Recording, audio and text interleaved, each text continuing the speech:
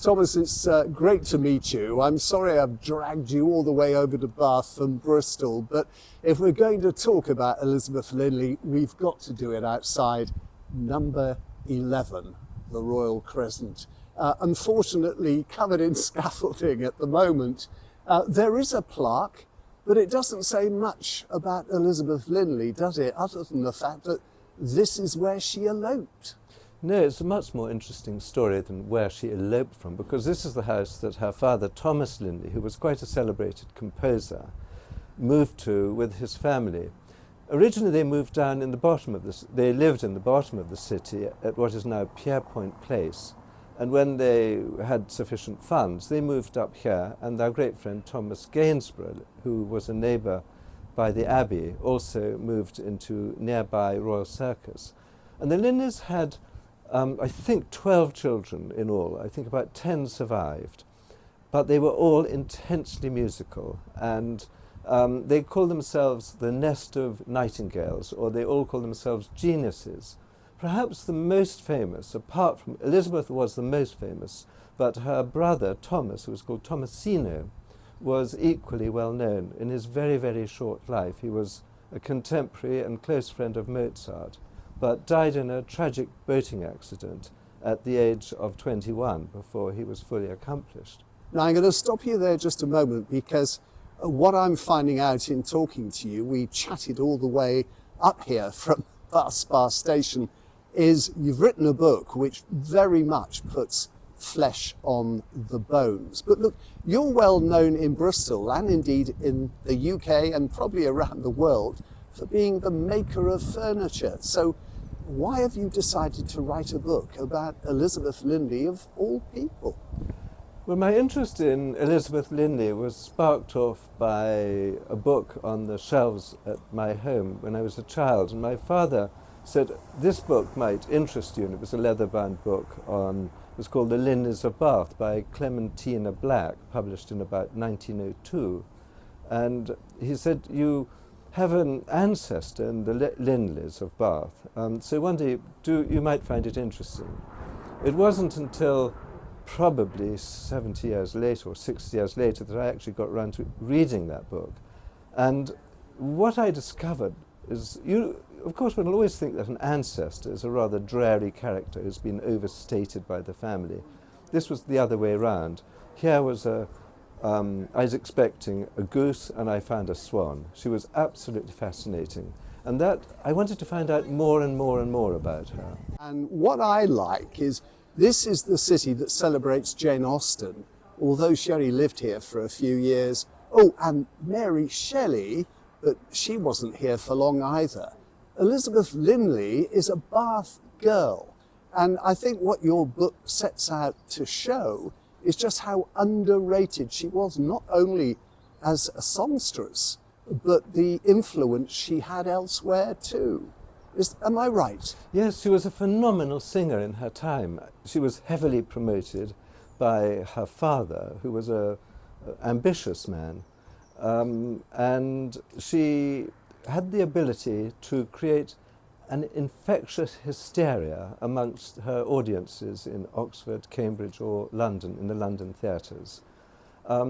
I would equate her, in a way, somebody wrote to me recently to say that she would have the same appeal as Taylor Swift might have, or I think of her also as Britney Spears, who had a terribly controlling father. As she did. She had an appalling father, yes, who not only he kept all his children as his apprentices, which meant that he could glean the income from their hard work, and he worked them incredibly hard.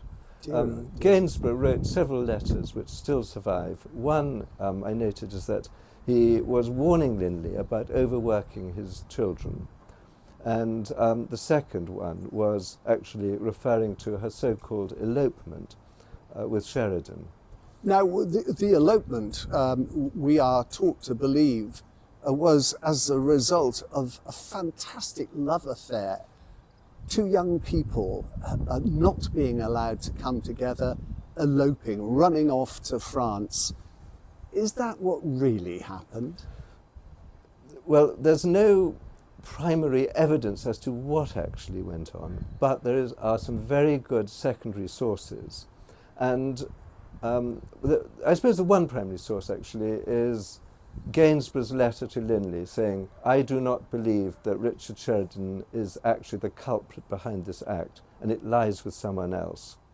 There is another letter which Sheridan wrote and sent here to Linley at 11 Royal Crescent, or the Crescent it was called in those days, explaining that he was taking his daughter away to a place of safety because she feared another man resident in this city.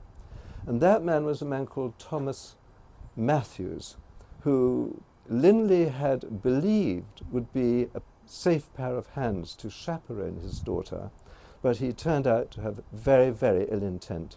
And I think she was running away from him.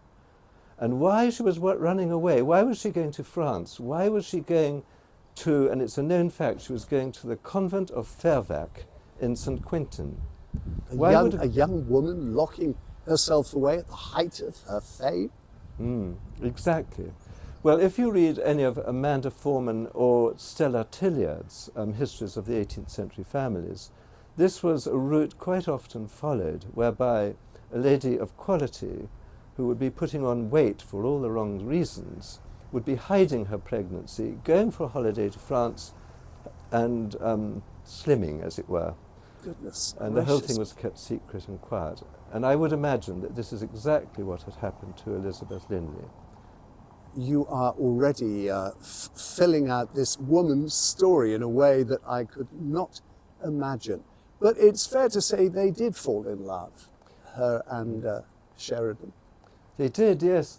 I think what happened, actually, is that Sheridan felt a great sense of responsibility, taking this young lady away, the most famous singer of her time. He was supposed to be looking after her, but something went terribly wrong on the journey to France. The weather was absolutely appalling, as you can expect in March, and she was desperately sick, and he feared that she was going to die.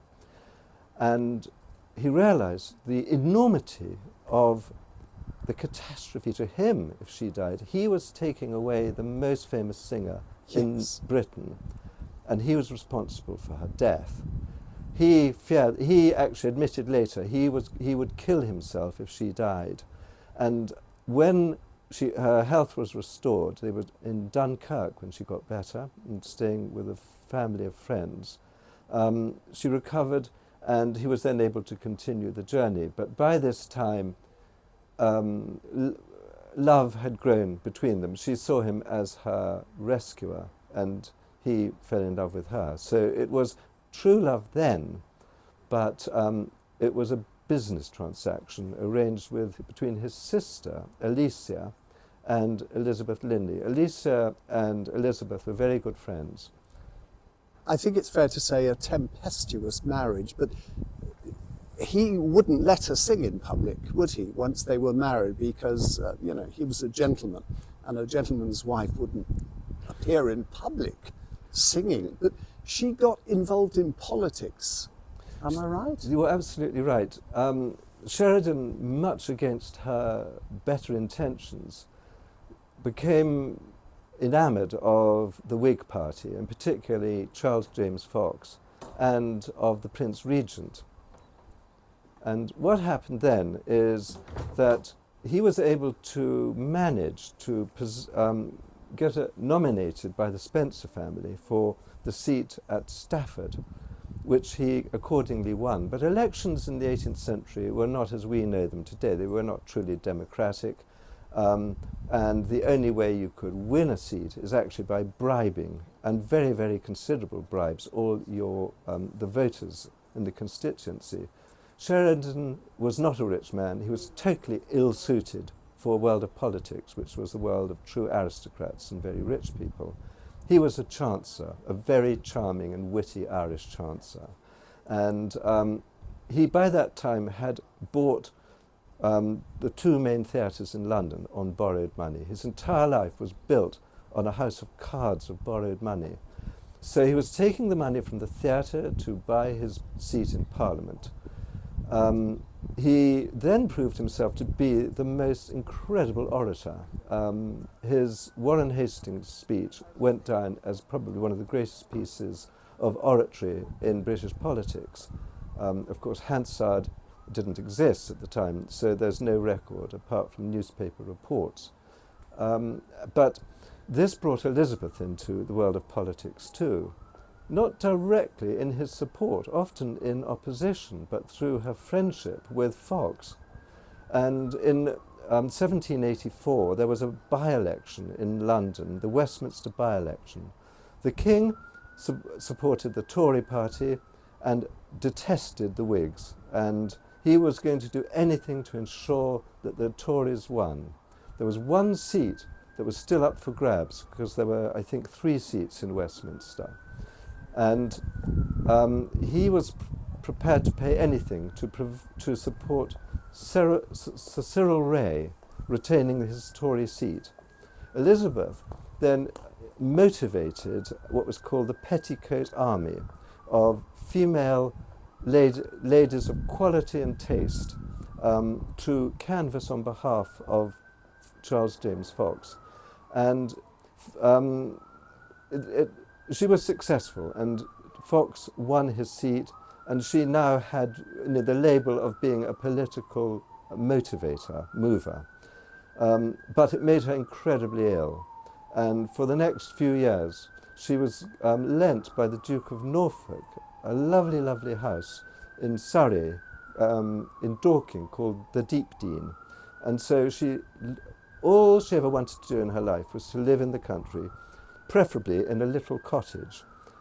This was a dream that eluded her most of her life. There were moments when she could, and she went back to the idyllic days of her honeymoon, where they were lent a cottage in the Burnham Forest. But she always wanted to have this cottage. Deepdene was no cottage. Sheridan said, it's large enough to accommodate Solomon with all his wives, and it certainly was. Now, getting back to Sheridan, well known as a playwright, but your book also exposes the fact that he had a little help from his wife there too. Yes, he did. The reviews of The Rivals, when it came out, refer in many cases to the hand being that of, suspiciously, of Elizabeth Linley. And they did actually go as far as saying the better lines. So she was rather like, I suppose, Dorothy Wordsworth, the unattributed authoress of some of his better plays. She also, the second successful play or opera was an opera of Sheridan's called La Duena, and that was actually written here to a large extent. Wow. It was a family organization of the Linleys all pooled together to write it, the music for it, the father and son and Elizabeth, and Sheridan wrote the libretto. That was a very considerable success, and it was with the commercial success of that Sheridan was able to buy not only the Drury Lane Theatre, but then part of the Theatre Royal in London. So he became a sort of Cameron Mackintosh character by then. I think what you have discovered is absolutely amazing. I could go on to ask you to unravel chapter after chapter, but I think that's very unfair because people should buy your book, which is published tomorrow. It's published tomorrow. The book is titled The Nightingale of Bath, and it's published by Amazon in every format that you want, hardback, softback, e-books and pages. It's also available at select bookshops in hardback right now, and has been for the last month. One being here on Royal Crescent, where it's at number 1 Royal Crescent in the bookshop there, at Heron Books in Bristol, and at John Sandow in Chelsea in London. Do you think, and this is asking your personal opinion, that Bath should revisit Elizabeth Linley and give her the due credit she so obviously deserves? I mean, a tiny plaque just saying this is where she eloped is surely not enough. No, her life was much greater than just being famed for eloping with Richard Brinsley Sheridan. She was a massive character in her own right. She was stunningly beautiful. She was probably the greatest voice of her time. She was a powerful political figure within the Whig Party, but she never, well, being a woman, she couldn't push herself in that way, but nor could she push herself in any other way. But to have her life labelled as the wife of Richard Brinsley Sheridan doesn't do the credit to a woman who was remarkable for her energy, intelligence, charm and beauty.